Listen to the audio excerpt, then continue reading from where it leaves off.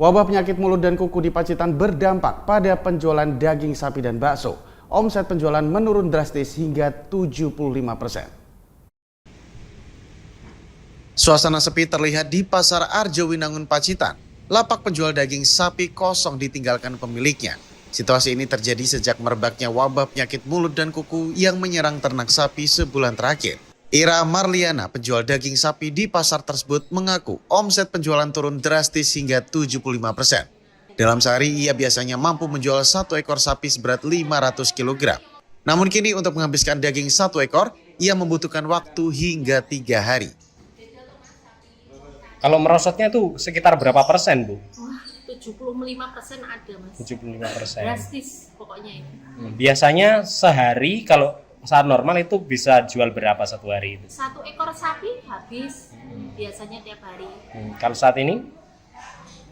Setengah aja nggak ada, Mas. Berarti 1 ekornya bisa 2-3 hari baru habis gitu.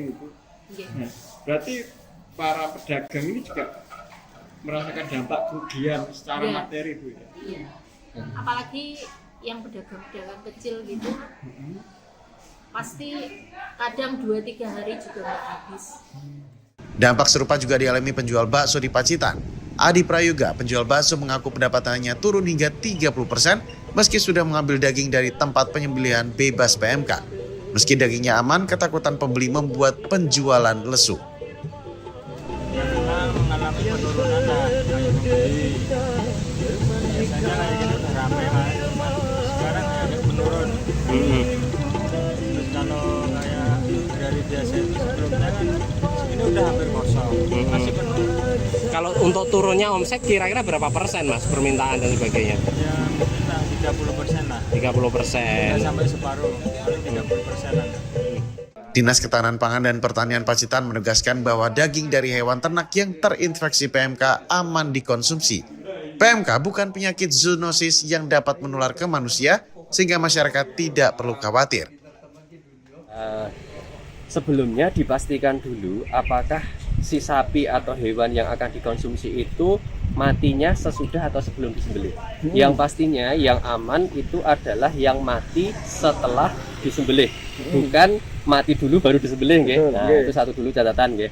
Terus kedua, untuk PMK, selama itu hanya PMK, tidak ada komplikasi lainnya, tidak ada penyakit-penyakit zoonosis yang diderita oleh si hewannya tersebut, itu artinya dia aman. Tapi ketika dia ada komplikasi penyakit zoonosis lainnya seperti antrak, brucella, lepto, nah itu yang dikategorikan kita tidak boleh mengkonsumsinya. Terus perlu kita waspadai, walaupun daging PMK yang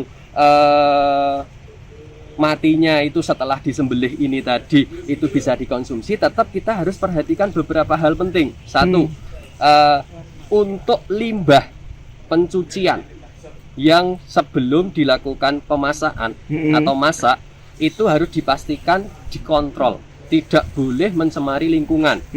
Dikhawatirkan di limbah tersebut malah akan ada penularan terhadap lingkungan.